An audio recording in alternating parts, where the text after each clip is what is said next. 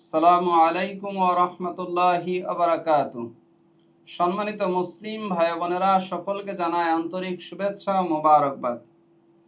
মহান রব্বুল আলামিনের দরবারে শুকরিয়া, হাজারো শুকরিয়া এজন্যই যে মহান রব্বুল আলামিন এই উম্মতে মুহাম্মাদের জন্য তার তামাম পৃথিবীটাকে সেজদার স্থান হিসেবে বৈধ করে দিয়েছেন।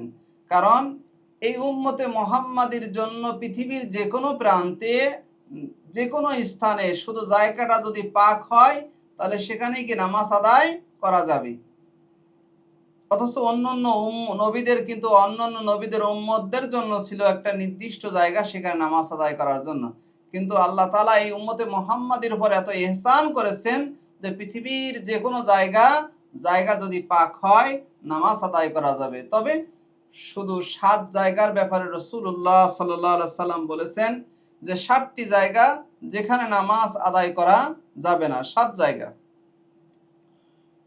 আপনার তিরমিজি ও ইবনে মাজাহ শরীফের হাদিস, হযরত ইবনে ওমর রাদিয়াল্লাহু আনহু বলেন যে রাসূলুল্লাহ সাল্লাল্লাহু আলাইহি সাল্লাম 7 জায়গা নামাজ পড়তে নিষেধ করেছেন। সেই 7 জায়গা হলো কোন কোন জায়গা? আল মাজবালাতি। আল মাজবালা, মাজবালা মানে হলো আপনার যেখানে ময়লার স্তূপ থাকে। বিভিন্ন প্রকার ময়লা যেখানে রাখা হয়, যেখানে ময়লা থাকে সেখানে সাধারণত জায়গাটা নাপাকই থাকে। আল্লাহ রাসূল বললেন যেখানে ময়লা রাখা হয় ময়লার স্তূপের ওখানে তোমরা ময়লা রাখার স্থানে কি করো না, নামাজ আদায় করো না। 2 নম্বরে হলো আল মাজজারাতি। দ্বিতীয় নম্বরে বললেন হলো কসাইখানা। কসাইখানায় নামাজ আদায় করা যাবে না। কসাইখানা যেটা হলো আপনার সাধারণত রক্ত থাকে, রক্ত থাকার কারণে ওই জায়গাটা নাপাক থাকে। এজন্য রাসূল বললেন কসাইখানায় গিয়ে তোমরা কি করো না, নামাজ আদায় করো না।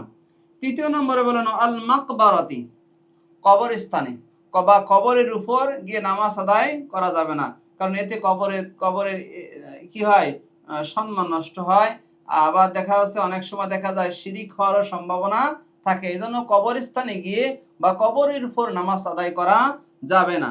তারপরে 4 নম্বরে হলো আপনার ওয়াল কারিয়াতিত তরিক, অর্থাৎ রাস্তার উপর যেখানে মানুষ চলাচল করে, মানুষের চলাচলের পথের উপর দাঁড়িয়ে যেখানে মানুষের চলাচলে বিঘ্ন ঘটবে, মানুষ চলাচল করতে পারবে না, মানুষের চলাচলের পথের উপর দাঁড়িয়ে নামাজ আদায় করা যাবে না, রাসূল নিষেধ করেছেন।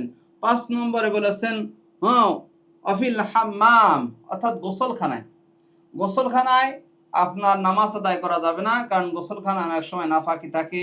গোসলখানায় এই জন্য রাসূল সাল্লাল্লাহু আলাইহি ওয়াসাল্লাম বললেন যে গোসলখানায় তোমরা নামাজ আদায় করবে না।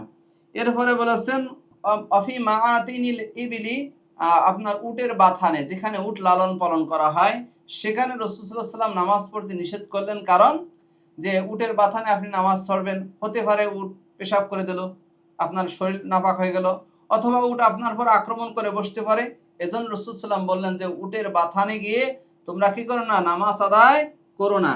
আর 7 নম্বরে বললেন অফাউকা যহরি বাইতিল্লাহ, আপনার বাইতুল্লাহর ছাদের উপর গিয়ে, বাইতুল্লাহ ঘরের ছাদের উপর গিয়ে আপনার নামাজ আদায় করতে রাসূল নিষেধ করেছেন। এই 7 জায়গা বাদে বাকি পৃথিবীর যে কোনো জায়গা যে কোনো স্থানে আপনার নামাজ আদায় করা যাবে। তাহলে আমরা যখন নামাজ আদায় করব আমরা খেয়াল রাখবো যেন আমরা আমাদের নামাজ আদায়ের সময় যেন এই 7 জায়গার কোনো জায়গা যেন আমাদের না হয়ে যায়।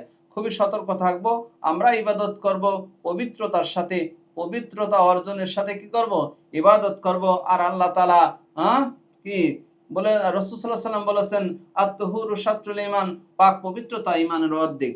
তো আমরা নিজেরা পবিত্র থাকব, পবিত্র স্থানে আমরা নামাজ আদায় করব। আল্লাহ তাআলা আমাদের জীবনটাকে পবিত্রময় জিন্দেগি করে দিক। আল্লাহুম্মা আমিন। আসসালামু আলাইকুম ওয়া রাহমাতুল্লাহি ওয়া বারাকাতুহু।